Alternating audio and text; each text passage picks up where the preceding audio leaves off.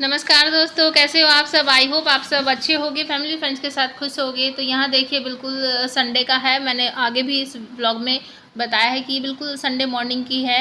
यहाँ पर मैंने नाश्ता बना लिया, उसके बाद मुझे याद आया थोड़ा सा शूट कर लो। तो हस्बैंड के लिए मैंने रोटी बनाई थी, बच्चों के लिए मैंने बनाया था अपना सिस्टी के लिए मैगी बनाई थी, चाय मैंने बना ली थी। हर्ष जो है वो आज पेपर देने गया था। और यहाँ पर देखिए मैंने दही जो है उसको छलनी में रख दिया है छलने के लिए। और ये प्लांट जो है इसको मैं धूप में रख रही हूँ। ड्रेसिना का प्लांट है, क्योंकि थोड़ी सी धूप सभी चीज़ों को चाहिए। देखिए आज बहुत खुशी का दिन है, कुछ मेरी पर्सनल खुशी भी है और कुछ बहुत कुछ है। आज के वीडियो में आगे तक देखना, कुछ घर की खुशी है, कुछ पर्सनल खुशी है। तो दोनों को सेलिब्रेट करने के लिए मैंने खीर बनाई है सुबह सुबह ही। मतलब कि ये होगा संडे के दिन मैं थोड़ा लेट ही उठती हूँ, 9 बजे के करीब।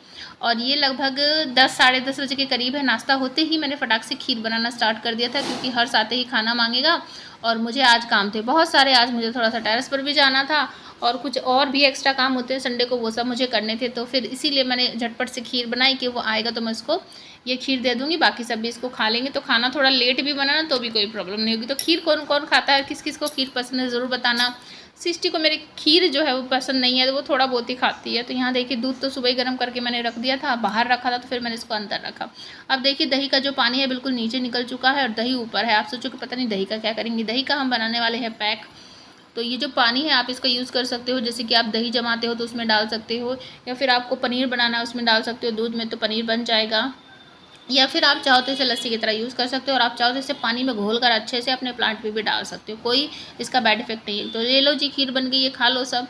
ठीक है, तो चलो बिल्कुल गाढ़ी वाली खीर मैंने बनाई है। टेस्ट बड़ा अच्छा सा आया था इसमें। इसको नीचे रख देते हैं ठंडा होने के लिए। ये देखो प्लांट वहाँ पर दिख रहा है ना आपको, वो रखा हुआ है।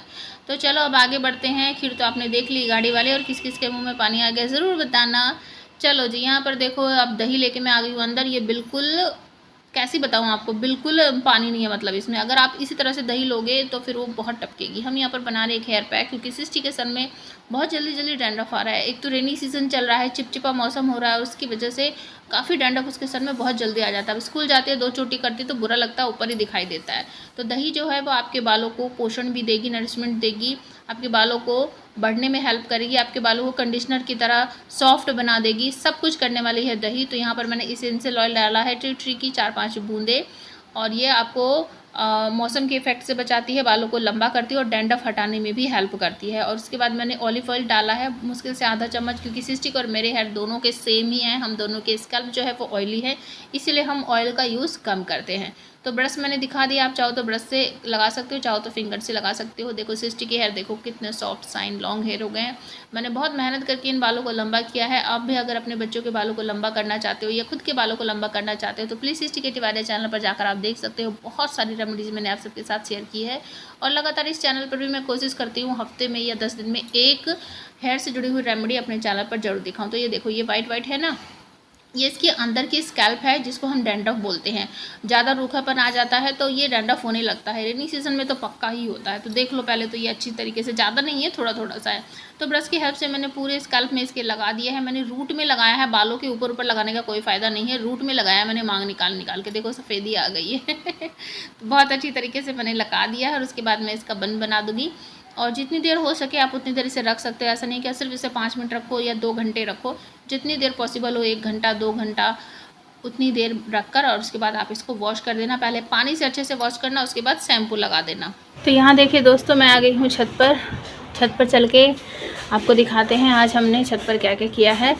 और आज जिस दिन मैं ये वीडियो शूट कर रही हूँ आप सबको पता ही होगा, एक दिन पहले वीडियो शूट कर लेते हैं तब उसको नेक्स्ट डे अपलोड करते हैं। साथ के साथ वीडियो बनाकर अपलोड करना बहुत बड़ा टास्क है जो मेरे से नहीं होता है, इसलिए मैं पहले से ही तैयारी कर कर रखती हूँ। तो यहाँ मैं क्या कर रही थी वो बताती हूँ। देखो सबसे पहले तो जैसे कि मैंने बताया संडे है, संडे के सारे काम होने के बाद दोपहर का खाना जो वो बन रहा है। हर्ष गया है पेपर देने, वो सुबह 6 बजे से गया हुआ है और इस टाइम लगभग 12 बज गए हैं। तो मैंने दाल चावल सब्जी बना दी है। और मुझे अपने लिए बनाना है पोई साग।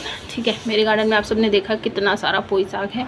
ये सामने जो आपको दिख रहा है ना, ये वाला पॉट और इसके बगल वाला पॉट, ये सारे पोई साग ही हैं। और भी बहुत जगह मैंने लगा रखे हैं।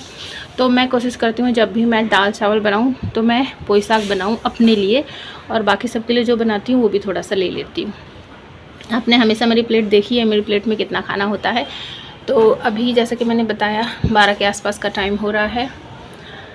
और यहाँ देखो मैं सीढ़ियों में खड़ी थी ना, तो सुबह जाते टाइम ना फली तोड़ ली थी मैंने, फिर इसको जल्दबाजी में यहीं रख दिया था। ये वाली फली तोड़ी थी, बीन्स की फली है, और ये देखो इसके अंदर फिट भी नहीं हो रही है, ठीक है। और मुझे इसको इसके अंदर ही एडजस्ट करना है, क्योंकि अगर मैंने इसको खोल दिया तो फिर इसमें से सीड सारे निकल पड़ेंगे। ये भी बीन्स की फली है, ये भी बीन्स की फली है।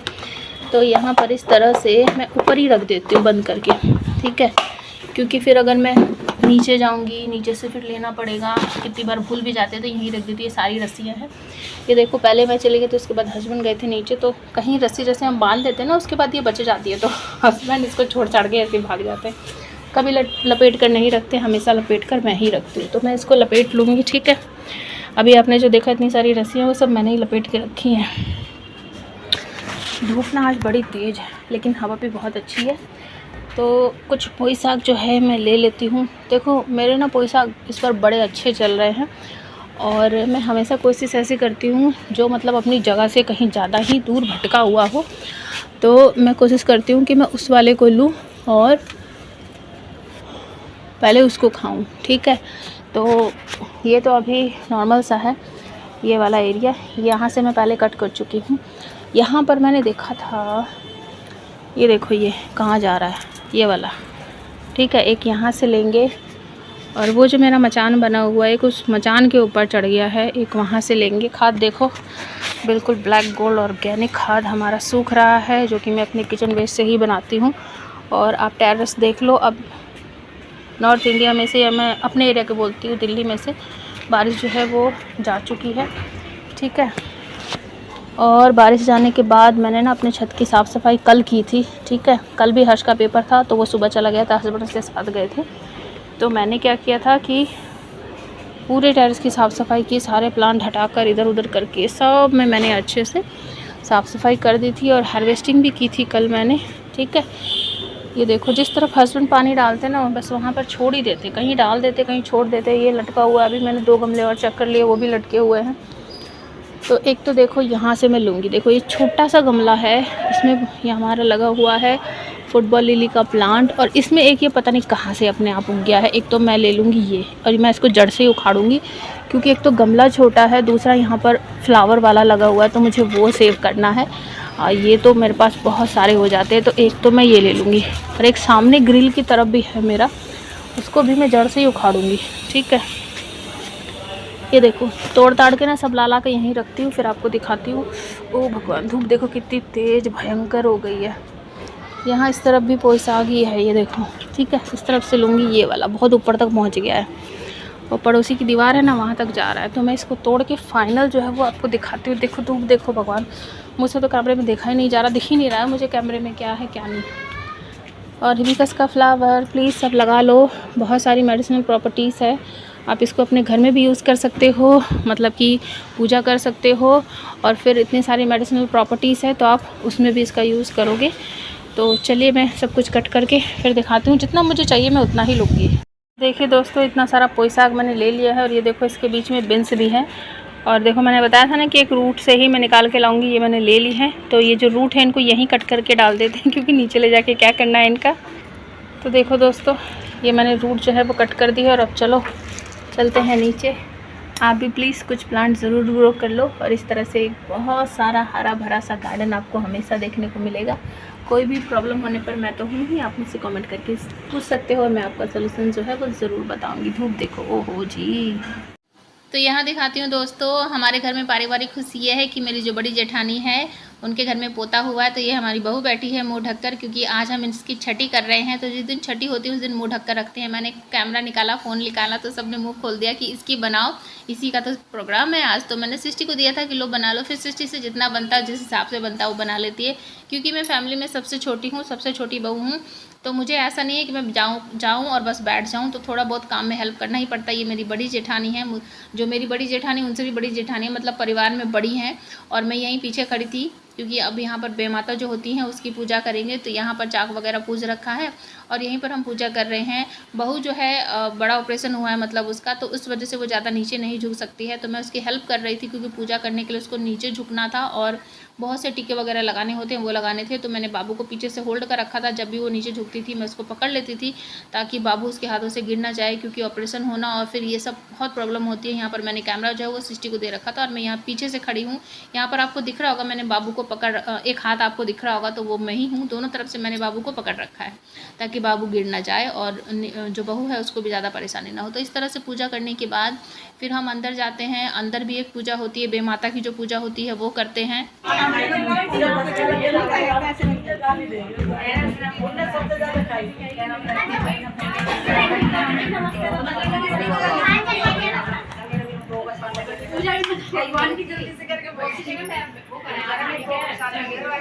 तो देखा आपने इस तरह से बेमाता की पूजा की हम सब ने। मैं भी अपने नंबर के लिए खड़ी थी। जो देवताओं की पूजा होती है, बेमाता की पूजा होती है, उससे सभी घर की बहुएं जितनी भी लेडीज़ हैं या हमारी बहू या मैं खुद जैसे बहू, तो परिवार में जितनी बहुएं हैं वो सब कर सकती है। मैं भी बहू हूँ, छोटी जो बहुएं हैं वो भी बहुएं हैं, तो सब यहाँ पर पूजा करती हैं।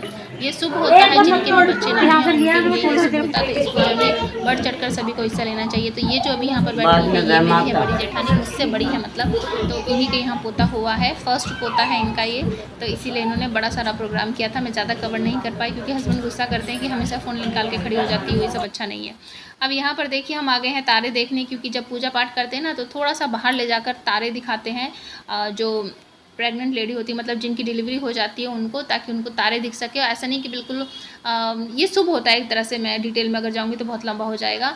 और फिर इस तरह से घुमाकर, चारों तरफ से घुमाकर फिर अंदर ले आते हैं। तो ये साइड में जो खड़ा है एक और मेरी जेठानी है, मतलब हम 8-10 जेठानियाँ हैं, उसमें से एक और जेठानी है जो मुझसे बड़ी है, उनका बेटा है, देवर लगता है ये बहू का। तो अंदर लेके यही आता है और बाहर लेके यही जाता है। तो यहाँ पर ये नेक भी मांगता है, तो नेक देने के लिए देखो यहाँ गेट पर खड़ा हो जाएगा, अंदर नहीं जाएगा, नेक मांगता है। सब सिखाते हैं पीछे से, ऐसे कैसे जा रहे हो, नेक तो लो।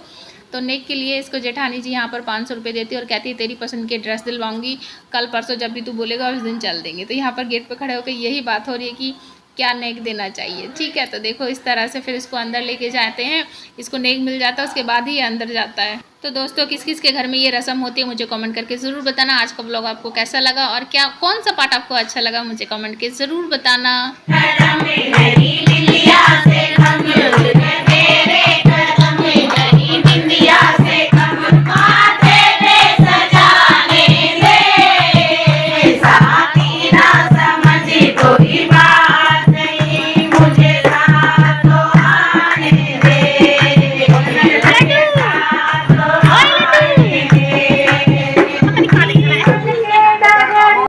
तो यहाँ देखिए दोस्तों ये जो बैठे ये भी मेरी जेठानी है और ये उनका पोता है।